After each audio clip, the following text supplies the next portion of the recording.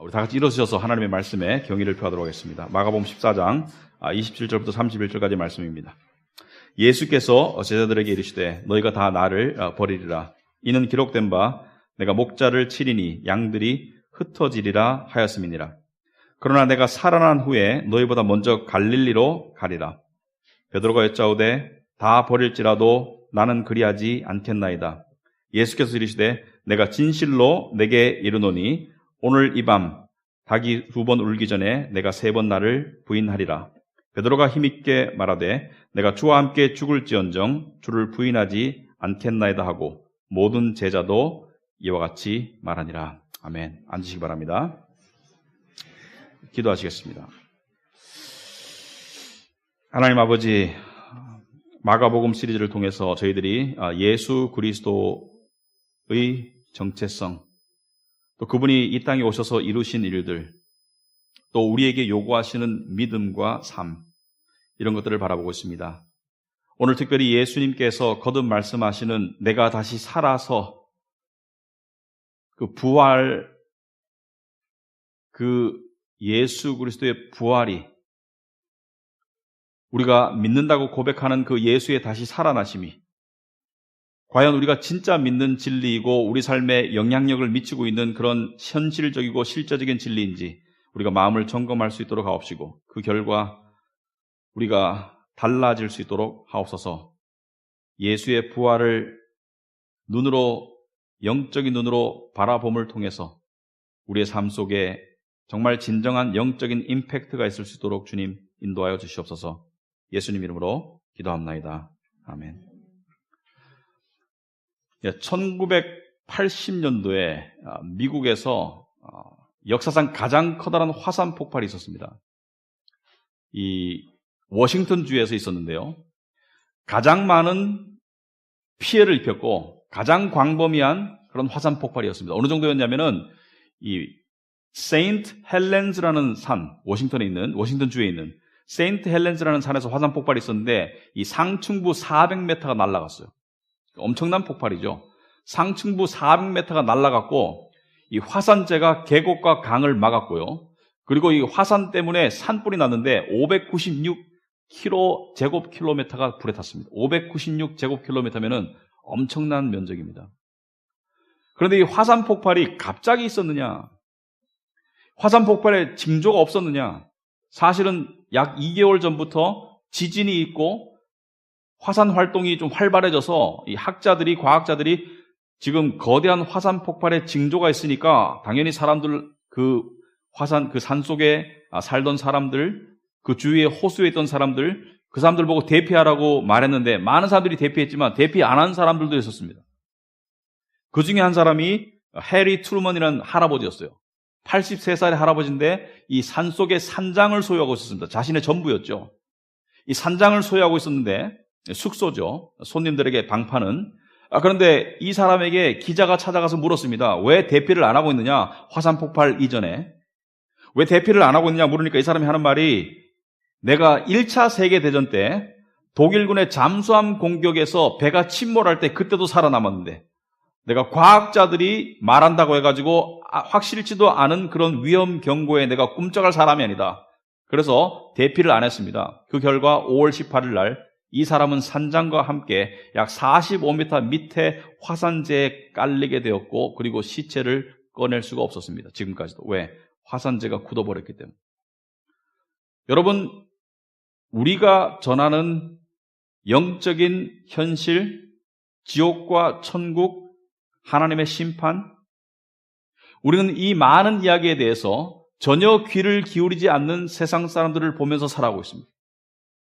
그런데 교회 안에 있는 사람들도 어떠하냐? 오늘 본문은 제자들의 삶을 통해서 예수님이 그토록 강조하시고 그토록 거듭 말씀하셨던 가장 핵심적인 메시지를 제자들은 전혀 귀담아 듣지 않았음을 볼 수 있습니다. 제자들은 예수님께서 죽은 사람을 살리고 소경을 눈뜨게 하고 병자를 고치는 일에는 굉장히 관심을 보였습니다. 귀신을 내쫓아내고 오병이어의 기적을 만들고, 그래서 제자들은 그것을 통해서 예수님께서 지난주에 말했지만 이 땅에서 영광스러운 이스라엘을 재건할 때 그때 예수님과 함께 영광 속에서 한자리 할 것이다. 이것을 기대했었지만 예수님께서 제자들에게 가장 강조하신 말씀은 그 기적들은 사실 양념에 불과하고 우리 음식으로 말하면 에피타이저에 불과하고 메인 코스는 그게 아니었어요. 예수님은 마가복음 8장, 10장, 9장 그리고 오늘 14장 오늘 말씀은 십자가에 달리기 바로 전의 말씀입니다. 거듭해서 예수님은 이 말씀을 하셨습니다. 내가 대제사장들과 서기관들과 장로들에게 붙잡혀서 내가 고난에 넘겨지고 십자가에 죽을 것이다. 그리고 내가 다시 살아날 것이다. 그래서 예수님은 당신의 죽으심과 부활에 대해서 거듭해서 말씀하셨는데 제자들은 여기에 대해서 전혀 귀담아 듣지 않고 신경을 쓰지 않았다는 것을 우리는 복음서를 읽어보면 알 수 있습니다. 왜냐? 예수님께서 십자가에 진짜 죽으셨을 때 제자들은 그 죽으심을 복음을 통해서 충격을 받았겠지만 이 땅에서 영광스러운 왕이 될 예수님을 기다렸는데 십자가에 죽으시는 것을 보고 충격을 받았겠지만 예수님께서 죽으시겠다고 말씀하셨지 그리고 살아난다고 말씀하셨어. 그래서 부활에 대한 생각은 했어야 되는데 전혀 생각하지 않았었어요. 오히려 여자들이 예수님의 빈 무덤을 보고 예수가 무덤에 안 계시다는 사실을 알려줬을 때도 부활에 대한 힌트조차 가지지 않았었습니다. 이것은 무엇을 말하느냐? 여러분, 우리가 복음이라고 그러죠. 복음. 이것을 믿으면 구원받고 천국 간다. 이것을 믿으면 의로워지고 이것을 믿으면 하나님의 은혜와 복을 받는다. 복음, 굿 뉴스. 복음이 무엇입니까? 복음은 고린도전서 15장에 보시면은 복음은 3절에 예수께서 죽은 자 성경대로 그리스도께서 우리를 위하여 죽으셨다. 이게 복음입니다. 그리고 4절에 오시면 죽었다가 성경대로 다시 살아났다. 그러니까 예수님께서 인간의 모습으로 오신 하나님의 아들이 이 땅에 오셔서 우리가 죽었어야 될 죽음을 대신 십자가에 죽으셨다. 그래서 우리의 죄가 용서받았다. 그리고 우리와 함께 부활하셨다. 그래서 그분을 믿으면 영원한 생명을 가질 수 있다. 이게 복음이죠. 그러나 제자들은 다른 모든 것을 믿었는데 예수님께서 십자가와 부활을 이야기할 때 전혀 귀담아 듣지 않고 믿지 않았고 심지어 예수님의 십자가의 죽으심까지 보았지만 이들의 삶에는 전혀 변화가 없었습니다. 그래서 오늘 본문 말씀 보시면 27절 말씀 보시면은 예수께서 제자들에게 이르시되 너희가 다 나를 버릴 것이다. 왜 버립니까? 지금 십자가의 순간이 다가왔다는 것이죠. 내가 제사장들에게 잡혀가면 너희가 다 나를 버리고 떠날 것이다. 이는 기록된 바 내가 목자를 치리니 양들이 흩어지리라. 기록되었다는 것은 구약의 예언의 말씀을 암시하는 것입니다. 항상 기록되었다는 것은 성경에 기록되었다는 것이죠. 스가랴의 말씀을 말합니다. 스가랴 13장의 말씀을 말합니다. 기록되었던 바 내가 목자를 치리니, 목자는 누구를 말하죠? 예수 그리스도를 말합니다. 양들이 흩어지리라. 양들은 제자들이 뿔뿔이 도망갈 것이다. 그리고 28절에 그러나 내가 살아난 후에 너희보다 먼저 갈릴리로 갈 것이다. 예수님은 이 이야기를 처음 한 게 아닙니다. 예수님은 8장에서도 했었고 9장에서도 했었고 10장에서도 했었고 지금 14장에 다시 말씀하시는 거예요. 최소한 기록된 것만 4-5번이고 그 이상 말씀하셨을 것인데 제자들은 거기에 대해서 귀를 기울이지 않았었어요. 여러분, 십자가만을 목격했을 당시에 제자들은 여전히 예수님을 믿지 않았습니다. 여러분, 복음이 십자가의 죽으심과 부활하심인데 십자가만을 믿으면 어떤 결과가 나타날까? 여러분, 십자가만을 믿는 사람은 천국 갈 수 있습니까? 복음의 50%를 믿으면 천국 갈 수 있습니까? 역사 속에서 십자가를 믿었지만 부활을 믿지 않은 사람들이 꽤 있었습니다. 우리는 역사 속에서 유명한 기독교인들 중에 저 사람은 천국 갔을 거야 라고 확신하는 인물들이 몇 명 있어요. 적어도 저 사람은 천국 갔을 거야. 그래서 천국을 보고 왔다는, 지옥을 보고 왔다는, 그리고 책을 쓴 사람들의 이야기 보면 빠지지 않고 등장하는 사람 중에 한 사람이 이 사람입니다. 누구냐? 슈바이처 박사예요. 슈바이처 박사는 여러분 어떻게 기억하고 있습니까? 슈바이처 박사는 이 의사로서, 음악가로서 아프리카에서 박의 정신을 실천한 사람으로서 1952년에 노벨 평화상을 받았습니다. 그러나 이 사람은 의사와 음악가만이 아니었습니다. 이 사람은 철학자였고 신학자였고 루터교 목사였습니다. 그러니까 이 사람은 아주 다재다능하고 그리고 굉장히 삶 속에서 박애를 실천했고 그리고 그 결과 노벨 평화상까지 받았고 그래서 타이틀이 너무 많아요. 의사고 목사고 신학자고 철학자고 그다음에 음악가고. 그런데 이 사람이 천국 갔을까요? 아니면 천국이 없을까요? 이 사람의 저서를 살펴보면 이 사람은 천국에 없을 것이 분명합니다. 왜냐? 이 사람이 쓴 유명한 책 중에 이런 책이 있습니다. 역사적 예수에 관한 탐구라는 책이 있습니다. The Quest of the Historical Jesus. 역사적 예수에 관한 탐구라는 책이 있습니다. 이 책에서 보면 이 사람은 이런 주장을 하고 있어요. 예수는 유대인으로서 메시아를 믿었다. 그러니까 메시아가 와서 구원할 것을 믿었다. 하나님 나라를 이룰 것을 믿었다. 그래서 예수는 자신이 메시아라고 착각하고 그것을 제자들에게 열심히 가르치다가 그리고 자신은 순교하게 되었다. 예수는 그 순교의 순간까지 자신이 메시아라고 착각하고 믿었고 그리고 부활은 없었다. 하지만 기독교인들은 지금까지도 예수를 하나님의 메시아라고 믿고 있다. 이렇게 썼습니다.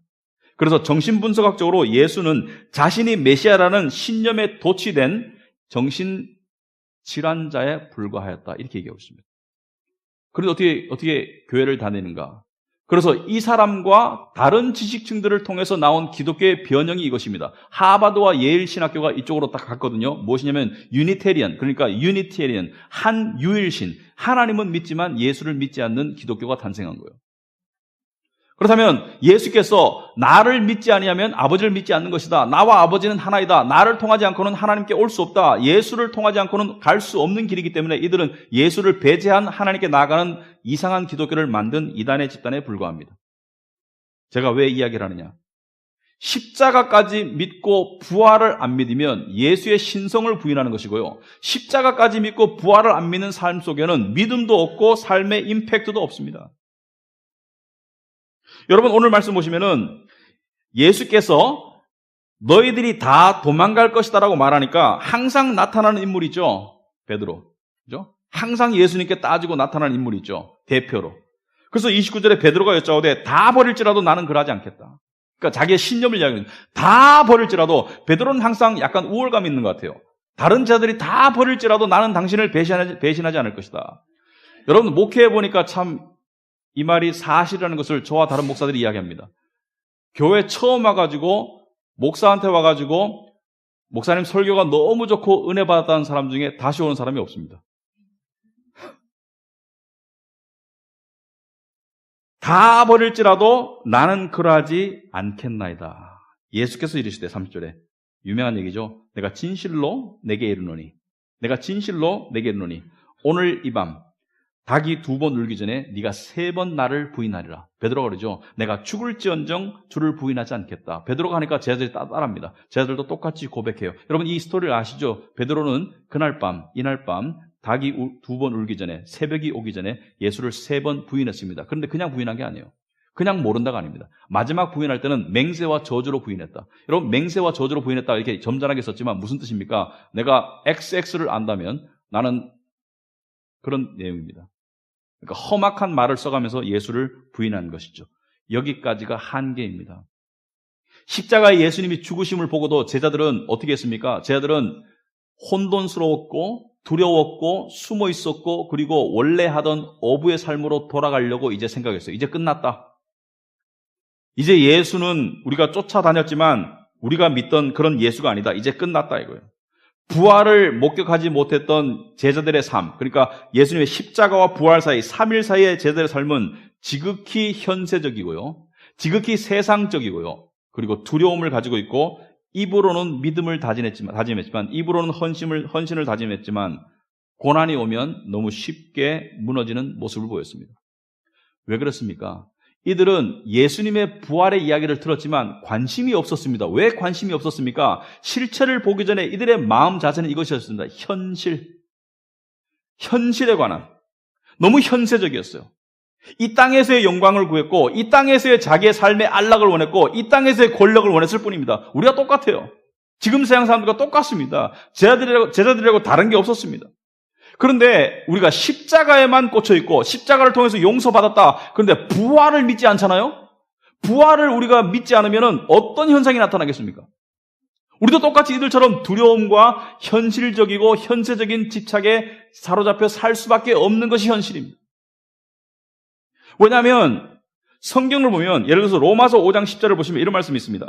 곧 우리가 원수되었을 때 그의 아들의 죽으심으로 말미암아 하나님과 화목하게 되었은즉, 바꿔 말해서 우리가 하나님과 죄 때문에 원수되었을 때 그의 아들의 십자가의 죽으심으로 죄를 용서받고 하나님과 관계가 회복되었다. 그러니까 십자가의 죽으심으로 죄 용서받고 의인이 되고 하나님과 관계가 회복되었다. 화목하게 된 자로서는 더욱 그의 살아나심으로 말미암아 구원을 받을 것이니라. 여기서 더욱이라는 것은 뭐예요? much more. 그러니까 여기서 지금 강조하는 것은 십자가의 죽으심이 아니라 부활의 삶을 말합니다. 왜? 십자가의 죽으심의 효과는 이미 우리에게 주어졌어요. 이미 죄사함이 주어졌습니다. 이미 하나님과 화목되었어요. 이미 하나님의 자녀가 되었어요. 십자가의 죽으심으로. 그러므로 지금 우리에게 더 중요한 것은, 우리에게 더 실제적인 것은 부활을 통해서, 그의 살아나심을 통해서 구원을 받을 것이다. 여기서 말하는 구원은 천국 가는 구원이나 하나님의 자녀가 되는 구원이 아니라 삶의 구원을 말합니다. 삶 속에서 힘이 주어질 것이고, 삶 속에서 변화가 있을 것이고, 세상을 향한 집착과 노예 상태를 벗어나게 있게 될 것이라는 이야기입니다. 여러분, 제자들의 삶을 보면요, 부활을 보기 이전과 부활을 보고 난 다음에 엄청난 변화가 내적으로 외적으로 나타나죠.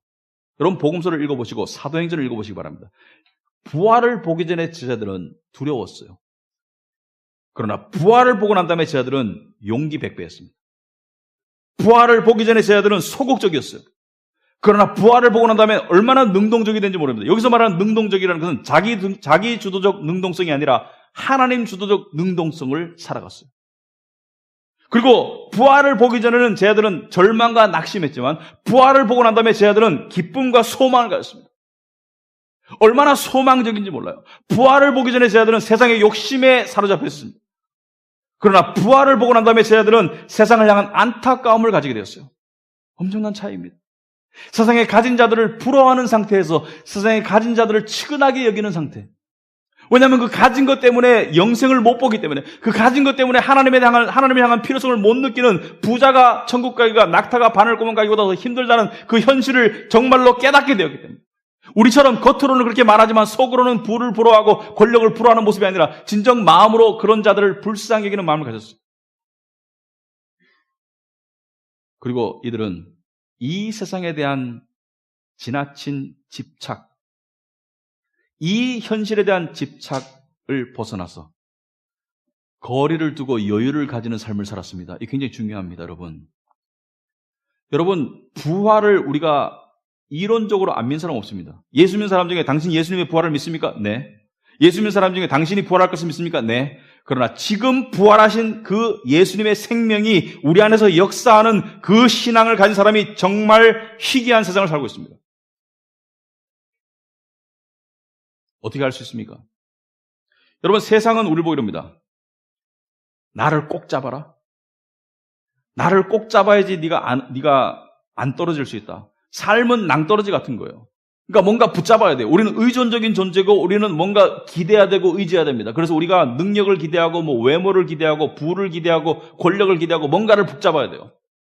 근데 뭔가를 붙잡으라고 세상은 우리에게 강요합니다. 안 잡을 수 없어요. 왜? 안 잡을 수 없는 의존적인 존재이기 때문에. 그런데 세상은 마치, 저는 이렇게 표현하겠습니다. 장미꽃 같다.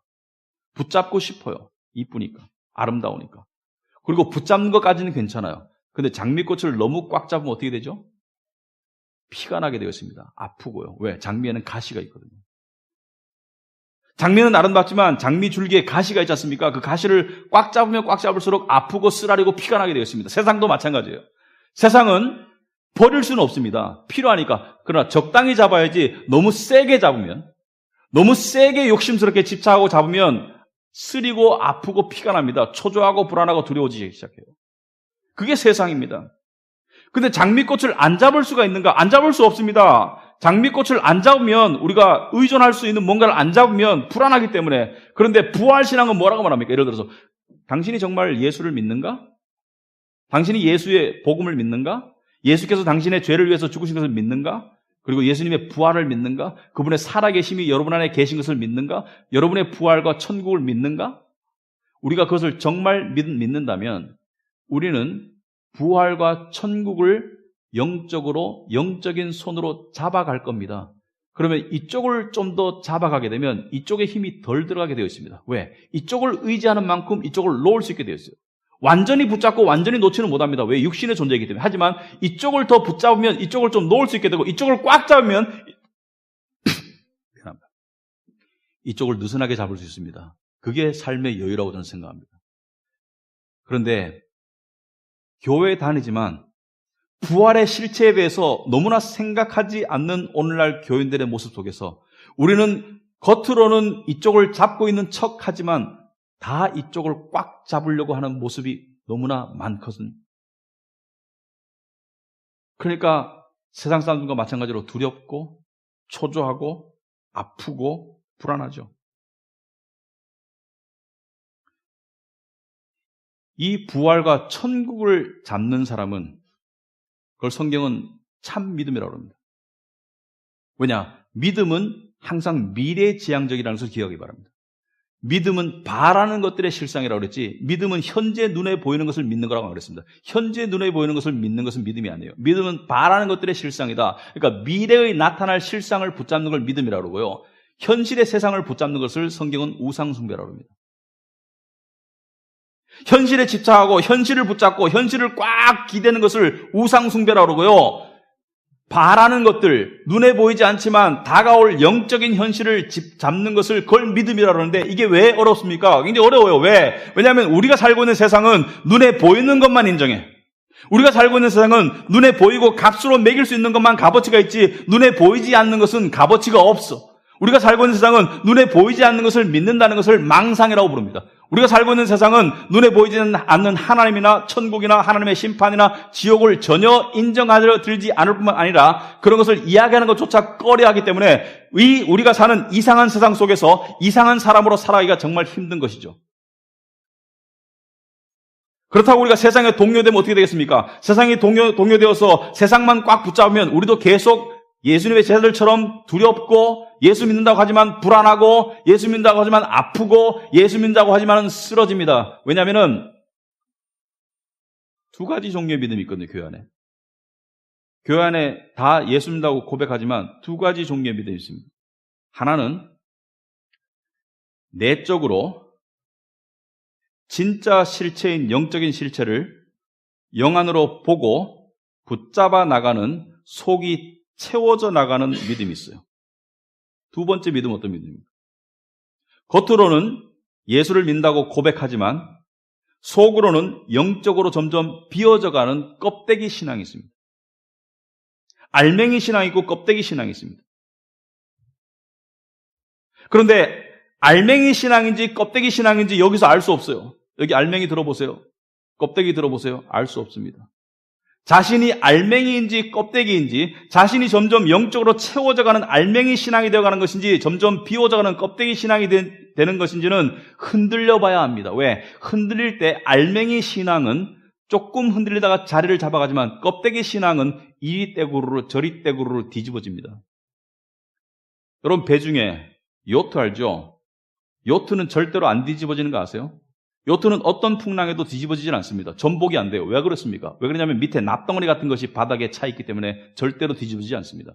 요트 타면서 풍랑에 죽을 일은 없어요. 요트와 같은 신앙이 있느냐?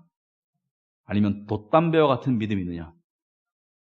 요트와 같은 믿음은 그 내면 실체 속에서 정말 영적인 현실을 그냥 아는 것이 아니라, 관념적으로 아는 것이 아니라 내적으로 믿어나가는 사람이에요. 여기서 신앙 고백하라면 다 고백합니다. 대부분의 교인들은 예수의 부활을 믿습니다. 고백합니다. 하지만 그것이 내 내면의 영적인 실체가 되어가는 사람과 안 되어가는 사람은 엄연히 다릅니다.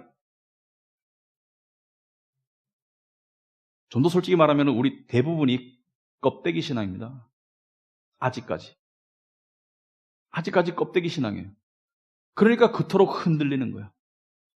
그러니까 세상이 흔들면 정신적, 정서적, 감정적으로 동요하는 거예요. 그러니까 세상에서 상황이 변화되면은 너무 쓰라리고 아픈 거예요. 정말 내 내면 속에 정말 부활의 신앙이 꽉 차가는 그런 사람이라면은 그렇게 흔들릴 수가 없습니다.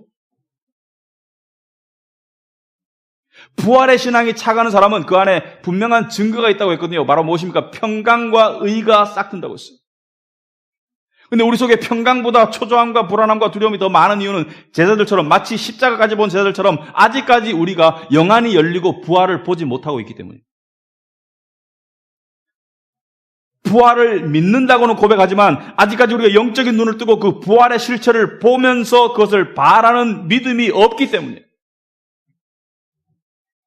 그래서 예수님께서 말세를 예언하실 때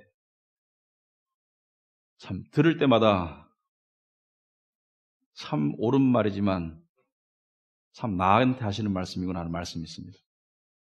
인자가 올 때 세상에서 믿음을 보겠느냐? 누가복음 18장 8절 말씀입니다.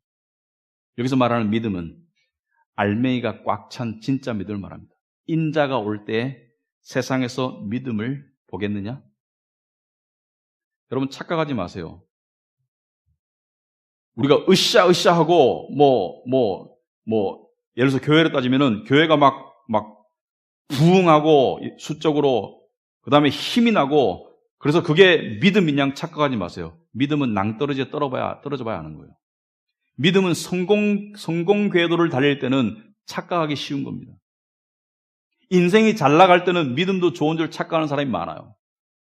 하지만 진정한 믿음은 낭떠러지에 떨어져 봐야 합니다. 그리고 낭떠러지 속에서 진정한 믿음이 생기는 거예요. 싹트기 시작하는 거예요. 그래서 가장 믿음 좋아 보이는 사람은 세상적으로도 성공하고 교회에서 열심히 봉사하는 사람이 제일 믿음이 좋아 보입니다. 그리고 제일 인정받고 제일 사람들이 부러워해요. 하지만 욥처럼 앗아가 보세요. 그 성공을 뺏어가 보세요. 그 건강을 뺏어가 보세요. 그 능력을 뺏어가 보세요. 그 외모를 뺏어가 보세요. 그때 내면의 실체가 드러나게 되어 있습니다. 그때 진짜 믿음이 싹 트는 거예요. 여러분, 저는 목사입니다마는 제 믿음을 볼 때 한없이 부끄럽습니다. 알맹이가 아닙니다.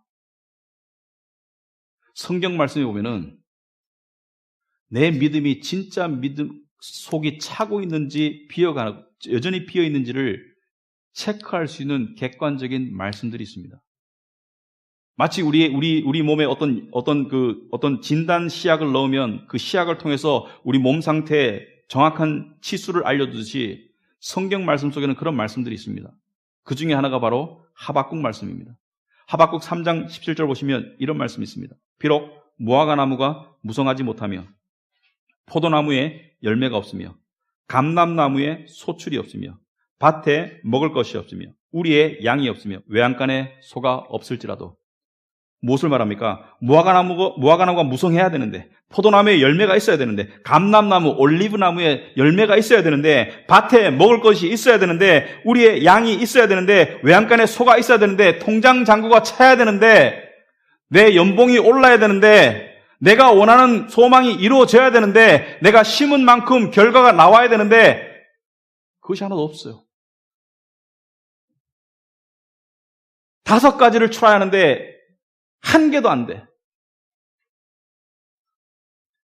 우리는 5가지를 시도하는데 2개만 안 되면 비명을 지르기 시작합니다.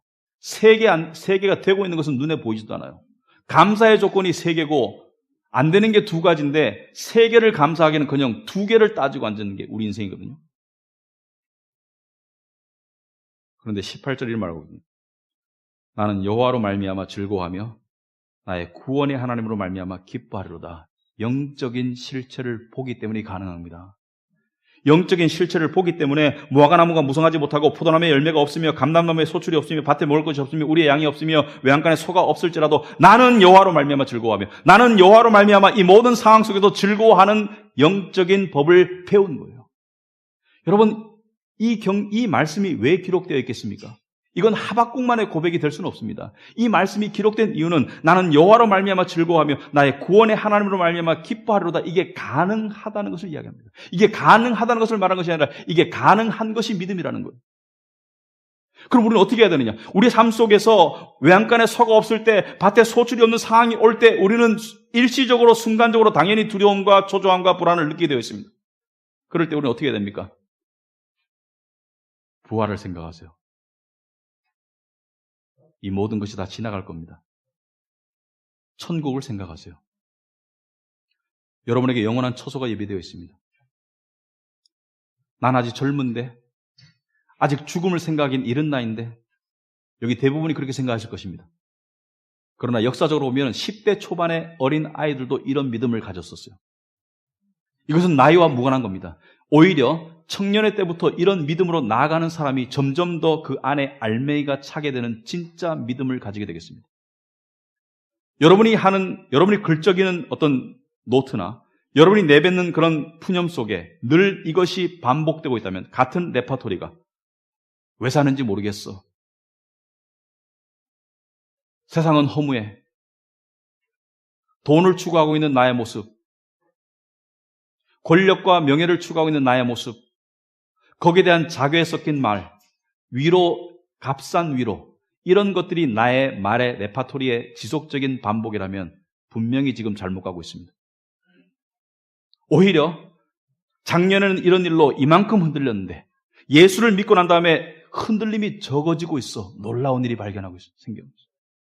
예수를 믿고 난 다음에 작년에는 내 통장의 잔고가 이렇게 바닥났을 때 정말 세상을 다 뒤집어엎고 싶었는데 이제는 그렇지 않고 하나님을 더욱 바라보게 되었어. 오히려 통장 잔고가 비었기 때문에. 이게 진짜 신앙이에요.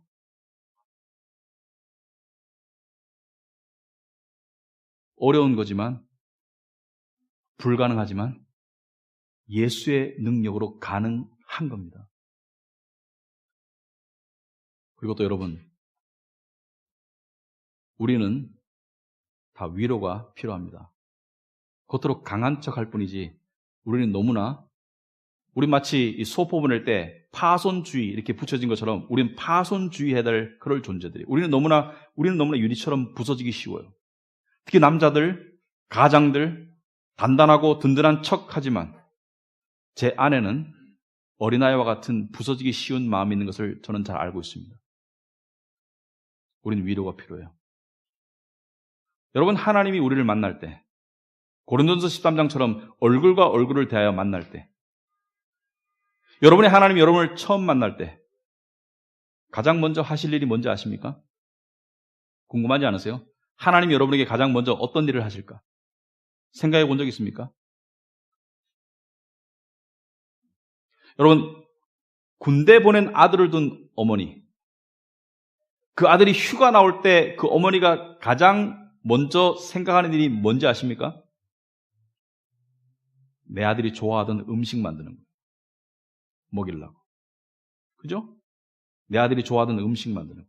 얘가 김치찌개를 좋아했지, 얘가 불고기를 좋아했지, 얘가 떡볶이를 좋아했지. 하나님이 우리를 가장 먼저 얼굴과 얼굴을 대하고 만나실 때, 그때 하나님이 가장 먼저 우리에게 해 주실 일은 우리에게 가장 필요한 일입니다. 무엇이냐면 우리의 눈에서 눈물을 닦아 주실 겁니다. 요한계시록 21장 4절에 모든 눈물을 그 눈에서 닦아 주시니, 마치 미래를 땡겨보듯이 새하늘과 새 땅이 임했는데 거기에서 하나님의 백성이 천국에서 하나님을 만났는데 얼굴과 얼굴을 대해보는데 모든 눈물을 그 눈에서 닦아 주실 것이다. 여러분, 우리는 눈물을 흘리며 살아요. 물론 진짜 눈물을 겉으로 흘리는 사람도 있지만 속으로 많은 눈물을 흘리며 삽니다. 괴로워서, 아파서, 외로워서, 두려워서, 내 자신이 측은하고 불쌍해서. 그 모든 눈물을 닦아 주실 하나님, 그것을 땡겨서 조금이라도 체험할 수 있는 것이 부활신앙입니다. 그 위로의 하나님이 지금 여러분의 눈물을 닦아 주시기를 원합니다. 이것을 한 번이라도 맛보고 체험해 본 사람은 알아요. 제가 무슨 말을 하는지. 하나님은 우리의 모든 눈물을 아세요. 그리고 지금 우리에게 그 위로가 되어 주실 수 있는 분입니다. 여러분, 괴롭고 두렵고 흔들릴 때 잔머리 굴리지 마시고, 세상적으로 잔머리 계속 굴리다가 지쳐서 쓰러져 자지 마시고, 조금이라도 체력이 있을 때 하나님을 찾기 바랍니다. 그분이 여러분을 위로해 줄 겁니다. 그 위로를 받은 영혼은 그 순간만큼은 세상에 부러울 게 없고 무서울 게 없습니다. 솔직히 말하면 지금 죽어도 좋고 지금 죽고 싶을 겁니다. 왜? 그게 너무너무 좋아서. 인자가 올 때 믿음을 보겠느냐? 여러분 안에서 그 믿음을 보실 수 있길 바랍니다. 기도하겠습니다.